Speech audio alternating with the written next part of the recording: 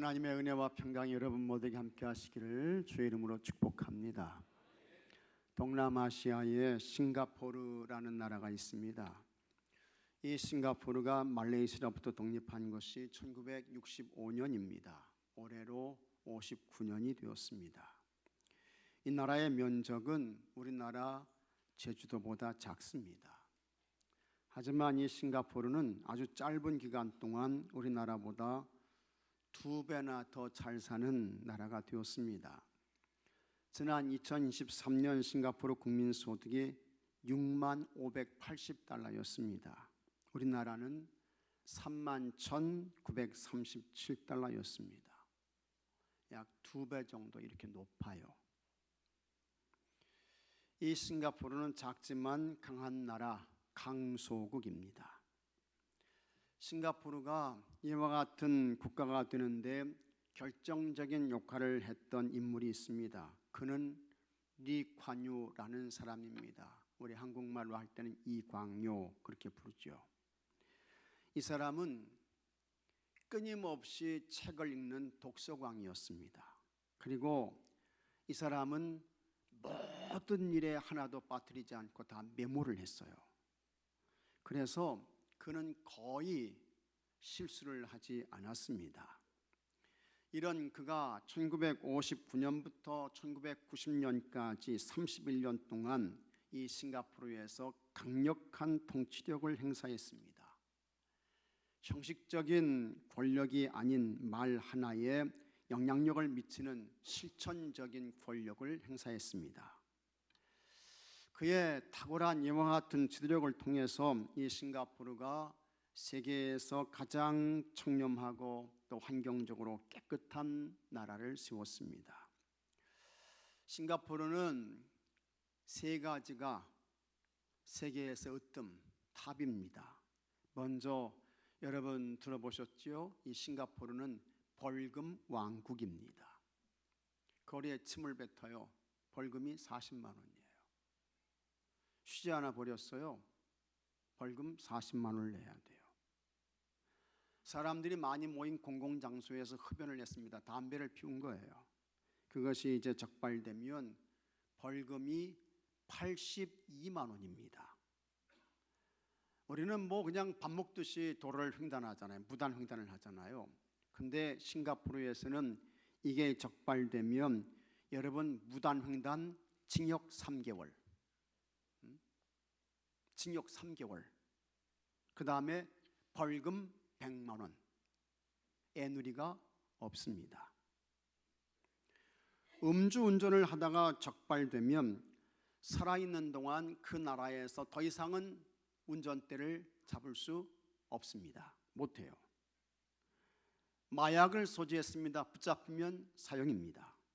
그러니 땅이 작아서도 그렇지만 이렇게 강력한 통치력이 행사되니까 이 나라에는 범죄가 발붙일 곳이 없는 것입니다. 그 다음에 이 싱가포르는 여성들의 천국입니다. 여성들이 진짜 살기 좋은 나라가 싱가포르예요. 어느 누구도 이 여성들을 건드리지 못합니다. 싱가포르만이 지금까지도 고수하는 독특한 형벌인데 그것은 태형제도입니다. 이 태형은요, 엉덩이를 벗기고 매를 때리는 거예요. 얼마나 가혹한지 사람이 견디지를 못합니다. 특별히 여성에게 성적인 범죄를 행한 자에게 태형이 떨어지는데 판사가 3대에서 24대를 선고해요. 태형은 오전 8시부터 시작되는데 아무 예고 없이 그냥 갑자기 느닷없이 불러내가지고 매를 때리는 거예요. 그래서 소독이 된 이 등나무 막대기로 아무나 때리는 게 아닙니다. 무술 유단자를 불러와가지고 무술 유단자를 데려와가지고 때리는데 여기서 때리는 게 아니야. 저 3m에서 그냥 달려와가지고 한 대 그냥 빡 때리면 얼마나 아픈지요. 어지간한 사람은 기절해버려요. 이게 태형이에요. 그리고 이 매를 때리는 사람은 수고비를 받아요. 한 대당 5,000원을 받습니다. 엉덩이에서 한 대 맞으면 살이 터지죠. 피가 막 철철 흐르는 거예요. 더 이상 매를 맞지 못하게 되면 동석한 의사가 지켜보고 있다가 이 사람 힘들겠습니다. 그렇게 이제 의사가 결정하게 되면 이 사람 데려가 가지고요, 잘 치료해줘요. 아주 그냥 잘 낫도록 치료해 주다가 그 다음에 다 나았어. 그러면 거기서 끝나는 게 아니에요. 데려와 가지고 남은 매를 때리는 거예요. 이게 이제 태형인 것입니다. 싱가포르에서 여성을 성폭행해서 고발당하고 재판을 받으면 여러분 15일 이내에 사형이 집행됩니다. 15일 이내. 무섭습니다. 여성이 왕으로 대접받는 나라가 싱가포르입니다.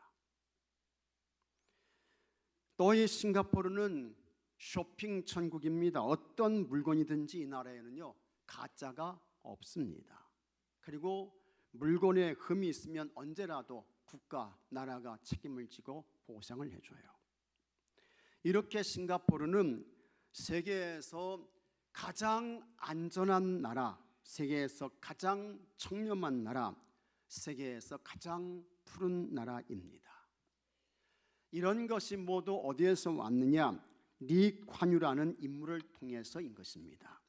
사람 하나가 여러분 이렇게 중요한 것입니다. 인물 한 사람으로 역사와 세계와 나라가 바꾸어질 수 있다는 것입니다. 이것이 싱가포르라는 나라를 통해서 얻는 살아있는 교훈인 것입니다.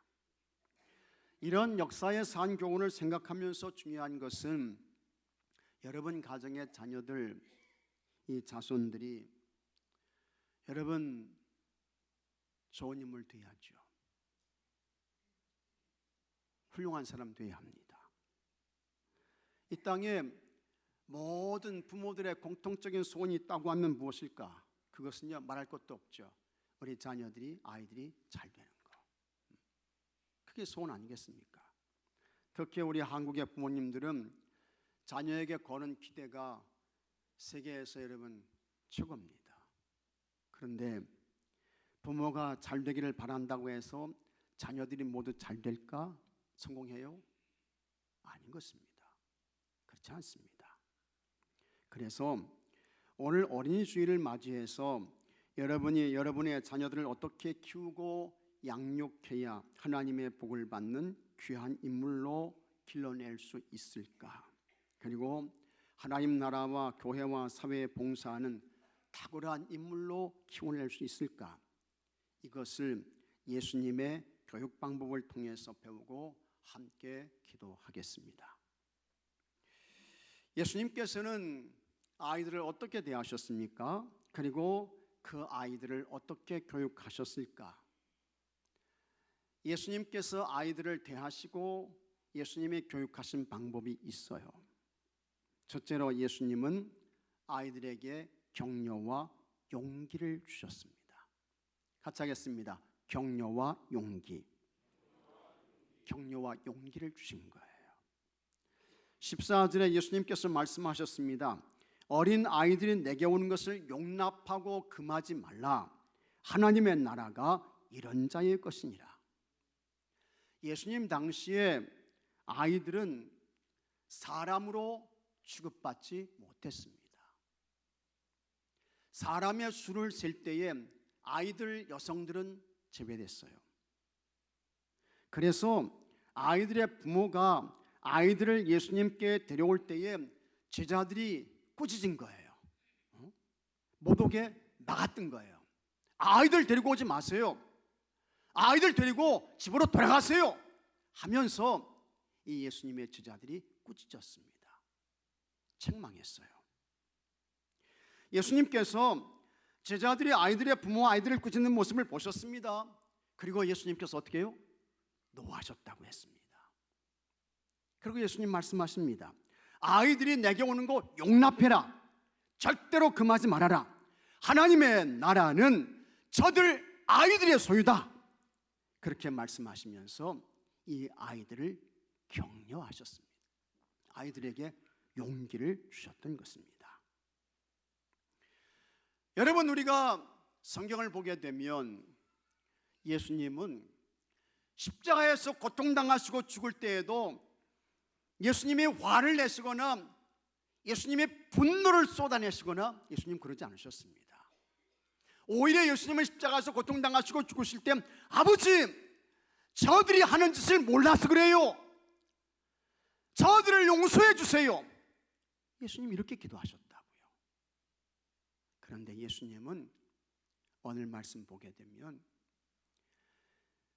그 부모들이 아이들을 예수님께 데려오는 것을 제자들이 막을 때, 꾸짖을 때에 예수님께서 진노를 하셨던 것입니다. 예수님이 화를 내셨던 거예요.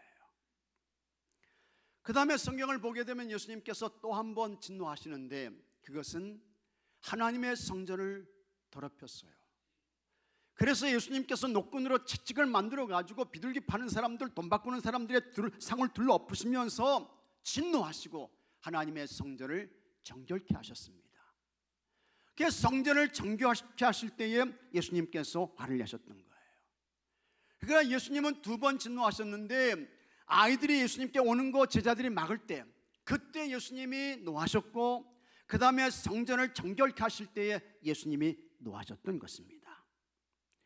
그만큼 예수님은 아이들이 예수님께 오는 거, 그거 꾸짖는 거 그냥 보시지 않았던 것입니다. 그거 막지 말아라, 그거 금하지 마라, 예수님 말씀하셨어요. 아이들은 부모나 어른들이 인격적으로 무시하며 함부로 대할 때에 이 아이들이 실족해요. 실족한다고요. 그 다음에 예수님 더 무서운 말씀하셔요.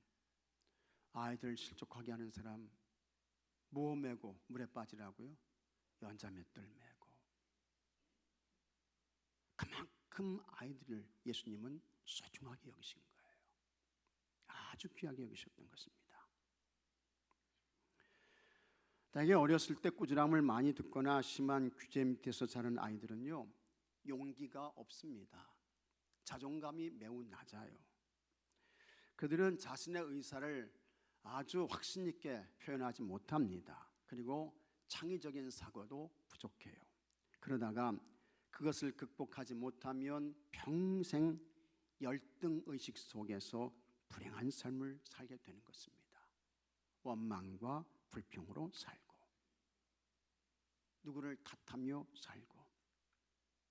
그래서 심한 규제나 혹은 꾸지람보다는 그 아이들의 인격을 존중해야 되고 그 아이들을 칭찬해야 되고 격려해야 되고 용기를 줘야 하는 것입니다.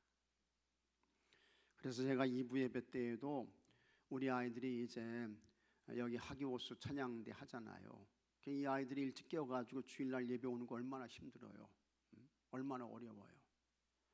근데 교회에 와가지고 예배드리고 찬양한다고 많이 칭찬하고 격려했습니다.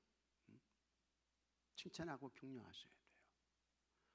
우리 교회 어른 되는 성도님들, 여러분, 우리 교회 아이들 중고등부 청년부 절대로 책망하고 못한다고 지적하고 그러시면 안 됩니다. 칭찬하셔야 돼요. 격려하시고 용기를 주셔야 합니다. 믿습니까 여러분? 이걸 잘 하셔야 돼요.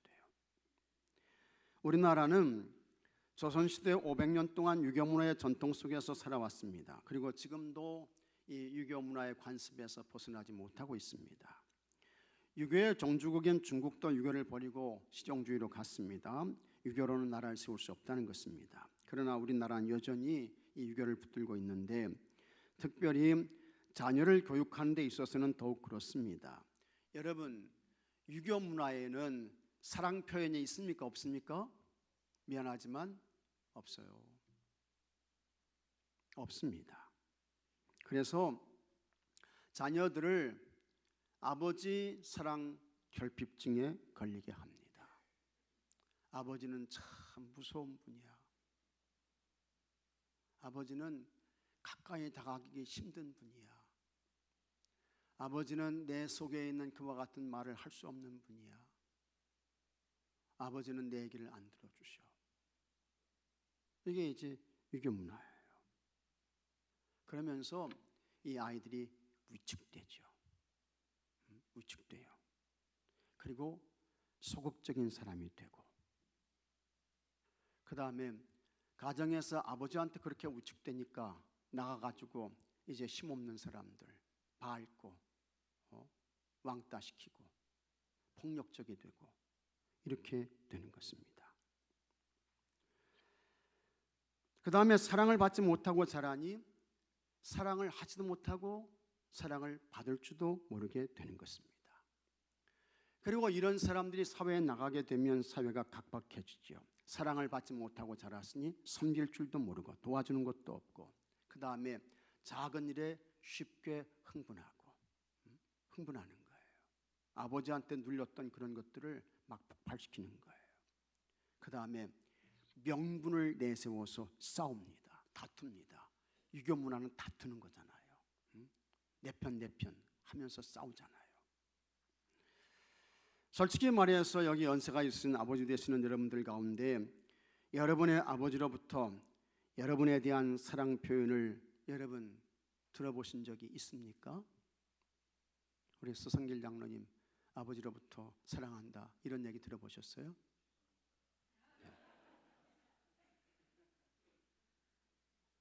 저도 아버지로부터 그런 표현을 들어본 적이 없어요. 회사에서나 직장에서 일하시고 돌아와 가지고 나를 안아주시면서 잘 지냈니? 참 보고 싶었어. 너는 우리 가정의 기쁨이야, 행복이야, 축복이야. 이런 표현을 들어본 적이 없습니다. 이게 다 유교 문화의 그와 같은 흔적 때문에 그렇습니다. 당연히 아버지는 아내에게 그리고 자녀에게 이와 같은 사랑 표현을 어떻게 해요? 해야 돼요. 사랑 표현을 하셔야 됩니다. 거기에 행복한 가정이 세워지고 성품이 바른 자녀들이 나오게 되는 것입니다. 이런 가정에서 자란 자녀는 자기의 소중성을 알게 됩니다. 자존감이 높아지는 거예요. 그리고 자기의 소중함을 아는 자녀는 다른 사람의 존재 가치도 인정하고 함께 공유하는 삶을 살 수 있습니다.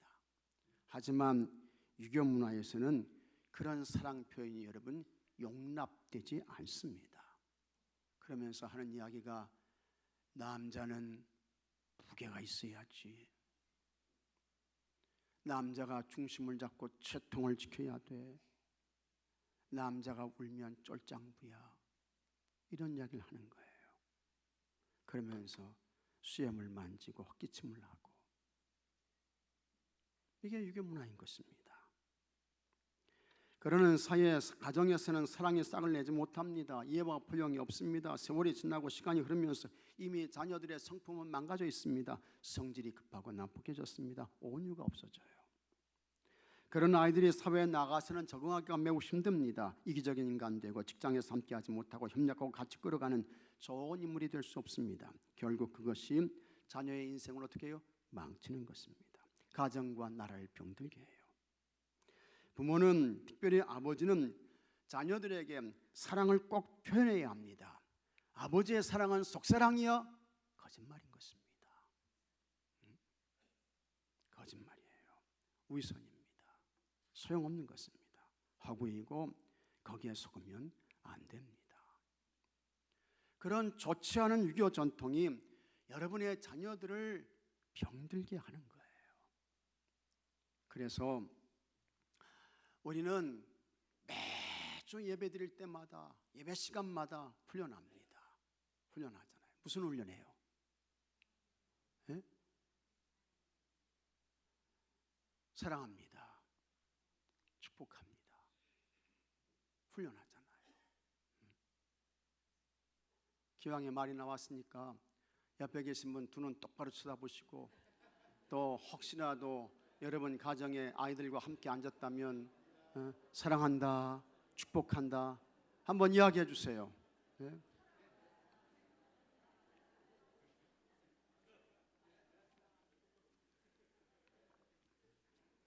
그게 뭐냐? 용기를 주는 거예요. 그것이 뭡니까? 격려하는 것입니다.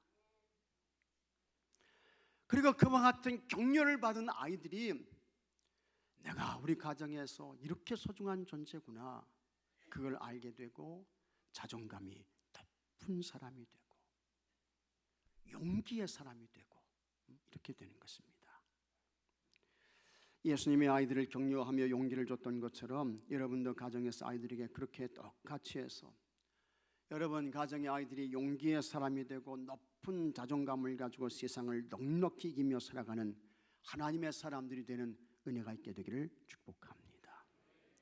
둘째로 예수님은 아이들에게 희망을 주셨습니다. 예수님께서 희망을 주셨어요. 여기 희망을 주셨다는 것은 어린아이들을 높이 지켜 세워서 그들에게 꿈을 주셨다는 것입니다. 14절 말씀 여러분 다 같이 다시 한번 읽어보겠습니다. 예수께서 보시고 노하시어 이르시되 어린아이들이 내게 오는 것을 용납하고 금하지 말라. 하나님의 나라가 이런 자의 것이니라. 우리 예수님께서 이 아이들을 높이는데 어디까지 높입니까? 하나님 나라까지 높이시는 거예요. 예수님이 어른들을 향해서 하나님의 나라가 당신들의 것입니다, 이렇게 이야기하시지 않으셔요. 하나님의 나라는 어린아이들 너희들 것이다, 예수님 이렇게 말씀하십니다. 그 다음에 15절에 15절 말씀도 한번 같이 읽어보겠습니다. 내가 진실로 너희에게 이르노니 누구든지 하나님의 나라를 어린아이와 같이 받들지 않는 자는 결단코 그것에 들어가지 못하리라. 아멘. 여기 받들지 않는다 이 말은 받아들이지 않는다는 거예요. 저 어린아이들과 같이 하나님의 나라 받아들이지 않는 사람들 결단코 하나님 나라 천국 못 들어가, 아이들을 기준으로 해서 예수님께서 말씀하시는 거예요. 그러니까 이 아이들에게 하나님 나라 천국까지 높이면서 그들에게 하나님 나라 천국에 대한 기대와 소망을 예수님께서 주시고 있는 것입니다. 마가복음 1장 17절에 보면 예수님께서 베드로에게 이런 꿈을 주셨습니다. 예수께서 이르시되 나를 따라오라. 내가 너희로 사람을 낚는 어부가 되게 하리라. 예수님께서 베드로에게 주셨던 꿈입니다. 이 꿈을 가지고 이 베드로가 예수님을 쫓아요. 그런데 예수님께서 십자가에서 죽으신 후에는 베드로가 다음과 같이 말합니다. 요한복음 21장 3절에 시몬 베드로가 나는 물고기 잡으러 가노라. 사람을 낚는 꿈을 하는 예수님께서 이 베드로에게 주셨는데, 예수님이 고난당하시고 십자가에서 죽으신 후에는 이 베드로가 하는 이야기가 난 이제 다시 물고기 잡으러 간다. 이 베드로가 다시 옛날 과거 거기로 돌아가겠다고 하는 것입니다. 꿈을 다 잃어버리고 다 뺏기고 다시 어부되겠다는 거예요. 그런 베드로에게 보라신 예수님께서 찾아오세요. 그리고 말씀하십니다. 요한복음 21장 15절에 요한의 아들 시몬아 내가 이 사람들보다 나를 더 사랑하느냐, 이 질문을 몇 번 하셨습니까? 3번 하세요. 3번 하시는 거예요. 그때 베드로가 대답합니다. 주님 그러하나이다. 내가 주님을 사랑하는 줄 주님께서 아시나이다. 그러자 예수님께서 베드로에게 말씀하십니다. 내 어린 양을 먹이라. 내 양을 치라. 내 양을 먹이라. 그리고 19절에는 이렇게 말씀하십니다. 이 말씀을 하시면 베드로가 어떠한 죽음으로 하나님께 영광을 돌릴 것을 가리키시미로라. 이 말씀을 하시고 베드로에게 이르시되 나를 따르라. 여기서 이 베드로는 다시 사람을 낚는 꿈을 회복하게 되고 마침내는 주의 복음을 전하는 사람을 낚는 영적인 그와 같은 어부의 삶을 살다가 마지막에는 십자가에 거꾸로 매달려서 순교하게 되는 것입니다. 인생을 망치는 것은 여러분 실패가 절대로 아닙니다. 꿈을 잃어버리게 되면 그때부터 그의 인생은 꺾어지게 되는 거예요. 여기 연세가 많으신 여러분들도 꿈을 잃어버리면 안 됩니다. 무슨 꿈 가져야 됩니까? 영원한 하나님 나라 천국에 대한 꿈 가지고 사셔야 돼요. 꿈을 잃어버리고 꿈을 빼앗기는 그 순간부터 그의 인생은 떨어지기 시작하는 것입니다. 매일 그 술을 토해가는 청소년 범죄는 그 원인의 대부분이 일찍 희망을 잃어버린 아이들에 의해 저질러지고 있습니다. 희망이 있는 자는 인내하죠. 소망이 확실한 자는 노력해요. 꿈이 있는 사람은 역경에 부딪혀도 그것을 이겨내고 승리합니다. 그것이 뭡니까? 꿈의 위력인 것입니다. 그러므로 여러분은 여러분의 자녀들에게 꿈을 심어주기 위해서 부단히 애쓰시기 바랍니다. 그러면 여러분의 자녀들에게 꿈을 갖게 하기 위해서는 어떻게 해야 할까? 베드로가 부활의 주님을 만남으로 꿈을 회복한 것처럼 여러분 가정의 자녀들, 아이들, 자손들을 교회로 데려오셔야 돼요. 교회로 데리고 와서 하나님 알려주셔야 돼요. 예수님 가르쳐 주셔야 돼요. 보혜사 성령님이 계심을 알려주셔야 되는 거예요. 그러면 하나님께서 그 아이들에게 꿈을 주십니다. 환상을 주십니다. 높은 그와 같은 기대와 소망을 갖게 하시는 것입니다. 아브라함이 하나님을 사랑했습니다. 하나님을 경외했습니다. 그런 아브라함에게 찾아오셔서 하나님께서 아브라함에게 엄청난 굉장한 꿈을 주셨습니다. 창세기 22장 17절에 내가 내게 큰 복을 주고 내 씨로 크게 번성하여 하늘의 별과 같고 바닷가의 모래와 같게 하리니 내 씨가 그 대적의 승문을 차지하리라. 또 내 씨로 말미암아 천하 만민이 복을 받으리니 이는 내가 나의 말을 준행하였음이니라. 하나님께서 아브라함에게 주신 꿈입니다. 아브라함아, 내가 너에게 복을 줄 것인데 내 씨로 크게 번성하여 하늘의 별과 같고 바닷가의 모래와 같게 할 것이다. 내 씨로 말미암아 천하 만민이 복을 받게 될 것이다. 하나님께서 아브라함에게 주셨던 꿈입니다. 이 꿈을 아브라함이 붙들어요. 그러게 이 꿈의 성취를 향해서 전진합니다. 도전합니다. 마침내 하나님의 때가 되었습니다. 하나님께서 아브라함에게 주셨던 꿈이 실제가 된 줄로 믿으시기 바랍니다. 때문에 여러분의 자녀들을 하나님 교회로 데려오셔야 돼요. 하나님 교회로. 하나님 알려주셔야 돼요. 예수님 가르쳐야 되고 보혜사 성령님 알려주셔야 되는 것입니다. 그래서 하나님 교회로 데리고 와가지고 이 교회에서 하나님이 주시는 꿈을 받게 하고 그 꿈을 향해서 도전하고 전진하며 올라가는 사람 되게 해야 할 줄로 믿습니다. 가나안 땅의 요셉이 그 10명의 형들보다 뛰어난 것은 그가 하나님이 주시는 꿈을 붙들었기 때문인 것입니다. 애굽에서 요셉이 보디발의 아내의 유혹에 넘어지지 않고 깊은 옥중에서도 좌절하지 않았던 것은 그에게 여전히 하나님께 주시는 꿈이 있었기 때문인 것입니다. 그래서 꿈은 여러분 믿음처럼 사람을 구원하고 살려내는 아주 강력한 힘이 있는 것입니다. 꿈이 이렇게 중요한 거예요.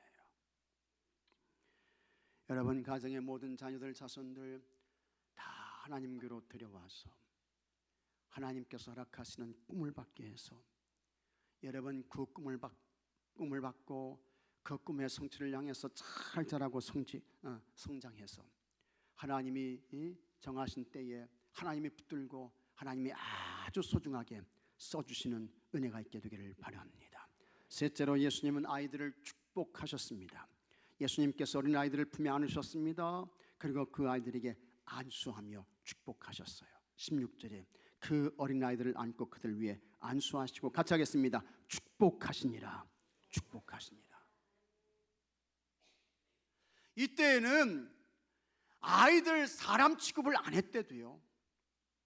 아이들은 인간 대우를 받을 수 없었어요. 그런데 예수님 하시는 말씀이 저 아이들은 내게 오는 거 금하지 마라. 내게 오는 거 용납해라. 하나님의 나라가 저희 아들의 것이야. 그리고는 예수님께서 그 아이들을 다 부르셔요. 그리고 예수님이 안으시는 거예요. 그리고 이 아이들에게 안수하시면서 예수님이 축복하셨습니다. 이게 얼마나 귀한 일입니까? 얼마나 복된 거예요. 정말 그 시대에 혁명적인 사건이었습니다. 그러면 지금 이 시대에는 여러분의 자녀들을 어떻게 축복할 수 있을까? 그것은 하나님의 말씀 가르치는 것이 축복하는 것입니다.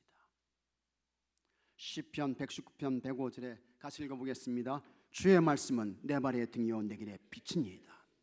하나님의 말씀이 뭡니까? 등이에요. 하나님의 말씀이 뭐예요? 빛이에요. 우리가 살아가는 이와 같은 세상이 얼마나 혼돈스러운 세상입니까? 어디에 가치관을 두고 살아야 할지 그 기준이 없는 세상이에요. 어둠의 세상이고 흑암의 세상인 것입니다. 우리 아이들이 막 왔다 갔다 해요. 도대체 무슨 가치관을 가지고 살아야 될지 혼란과 혼돈에 빠지는 것입니다. 그런데 이와 같은 세상에서 등이 있습니다. 빛이 있습니다. 그게 하나님의 말씀인 것입니다. 하나님 말씀 가르치셔야 돼요. 요한계시록 1장 3절에는 이 예언의 말씀을 읽는 자와 듣는 자와 그 가운데 기록한 것을 지키는 자는 복이 있나니 때가 가까움이라 그랬습니다. 그래서 하나님의 말씀 잘 가르치시고 가정에서 가정 예배 잘 드리십시오. 그 다음에 믿음을 전수함으로 이 아이들을 축복하는 것입니다. 존 웨슬리의 아버지가 사무엘 웨슬리 목사님이었는데 이 사무엘 웨슬리 목사님이 임종할 때 이와 같은 유언을 합니다. 나의 아들아, 내심의 증거가 귀하니라. 이게 존 웨슬리의 아버지 사무엘 웨슬리 목사님이 임종할 때 유언으로 남긴 말씀이에요. 나의 아들들아, 내심의 증거가 귀하니라. 이 말을 들은 웨슬리는 후에 그의 가슴이 뜨거워지는 내심의 확실한 증거를 얻습니다. 그리고 이로 인해서 웨슬리는 감리교회를 세우고 수많은 영혼을 구원하는 큰 영적인 사람이 되었습니다. 종교개혁자 마틴 루터는 하나님의 부름을 받을 때 자녀들에게 이런 말을 남겼습니다. 나는 너희들에게 재물을 남겨주지 못한다. 그러나 그것보다 훨씬 크신, 같이 하겠습니다. 하나님을 남겨주느라. 이게 루터의 마지막 유언이었습니다. 난 너희들에게 물려줄 재물이 없어, 재산이 없어. 그러나 그것보다 훨씬 크신 하나님을 남겨주느라. 그게 루터의 유언이었습니다. 신앙의 유산과 흔적을 전수하는 것은 정말 귀한 것입니다. 믿음의 뿌리가 든든하면 반드시 하나님께 영광이 되고 하나님의 복을 받게 되는 것입니다. 그래서 여러분, 신앙계승 잘 되기를 힘쓰셔야 됩니다. 믿음 계승이 이어질 수 있도록 신앙교육 잘 하셔야 되는 거예요. 그 다음에 또 자녀를 가장 축복하는 확실한 방법이 또 하나 있는데 그것은 기도하는 것입니다. 기도. 예수님 말씀하셨어요. 누가복음 23장 28절 말씀 같이 한번 읽어보겠습니다. 예수께서 돌이켜 그들을 향하여 이르시되 예루살렘의 딸들아, 나를 위하여 울지 말고 너희와 너희 자녀를 위하여 울라. 이게 예수님 말씀이에요. 지금 십자가의 길을 가시는 예수님께서 나 위해서 울지 마. 나 위해서, 너희와 너희 자녀를 위해서 울어. 예수님 말씀하시고 있는 거예요. 십자가 길을 가시는 예수님, 나 위해서 울 필요 없다. 너희와 너희 자녀를 위해서 울어. 예수님께서 말씀하신 것입니다. 참 이런 거 보게 되면요, 우리 부모의 책임이 엄청 무거워요. 영적인 부담감이 굉장히 큰 거예요. 하나님께서 여러분 가정의 자녀를 기업으로 주신 줄로 믿으시기 바랍니다. 상급으로 주셨습니다. 멸관으로 주셨습니다. 이와 같은 자녀들을 여러분 부실 기업 만들어서야 되겠습니까? 하나님 모르고 세상으로 간 사람, 육신을 위해 사는 사람, 이런 사람 만들어서 되겠어요? 대출 기업 만들어서야 되겠습니까? 하나님이 기뻐하시지 않죠. 축복하며 기도하셔야 합니다. 어거스틴이 타락했습니다. 그의 어머니가 모니카였는데 눈물로 기도해요. 타락한 이 아들이 돌아오기를 눈물로 기도합니다. 어머니 모니카의 기도를 통해서 어거스틴이 다시 하나님께로 돌아왔습니다. 그래서 이 어거스틴이 기독교의 성자가 됩니다. 그 어거스틴이 이런 말을 했습니다. 하나님이 없는 교육은 약삭빠른 악마를 생산할 뿐이다. 너무 무시무시한 말이에요. 하나님이 없는 교육, 약삭빠른 악마를 생산하는 거다. 악마를 만든다는 거예요. 그런데도 우리 부모들 가운데는 예배 드리지 말고 하나님 말씀 읽지 말고 기도하지 말고 학원 가야지, 가서 공부해야지, 그러는 사람들이 많아요. 개념이 없는 거예요. 영적인 개념이 없는 거야. 하나님이 없는 교육, 거기서 끝나는 게 아니라는 거예요. 약삭빠른 악마를 생산하는데, 하나님 신앙이 없는, 하나님께 예배하지 않는 이런 아이들이 어느 날 마귀에게 붙들려가지고 마귀에게 이용당하고 마귀에게 끌려다니고 마귀가 좋아하는 일을 하다가 인생 거기서 끝나버리게 된다. 너무 무서운 심각한 이야기가 아닐 수 없습니다. 자녀를 위해 기도하지 않으면 어느새 그 아이가 마귀에게 붙잡힌 사람 될 수 있어요. 마귀에게 이용당하는 사람 될 수 있고.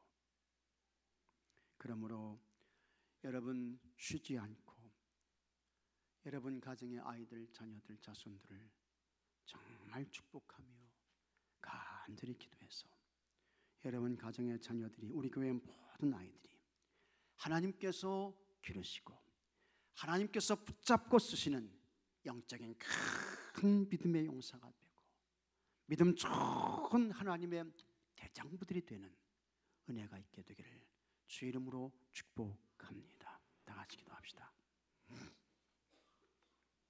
하나님 아버지, 우리 가정과 우리 교회에 아이들을 주셨습니다. 하나님의 기업이며 상급이며 멸류가 아닙니다. 하나님, 이 아이들을 격려하며 축복하며 용기를 주게 하여 주시옵소서.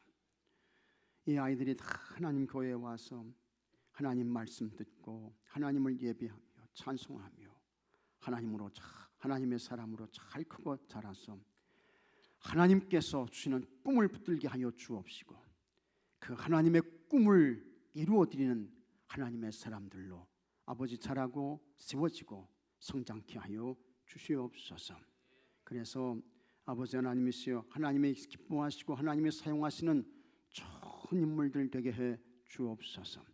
말씀을 가르치게 하시고 신앙을 계승하게 하여 주옵시고 기도하기를 쉬지 않게 하여 주시옵소서.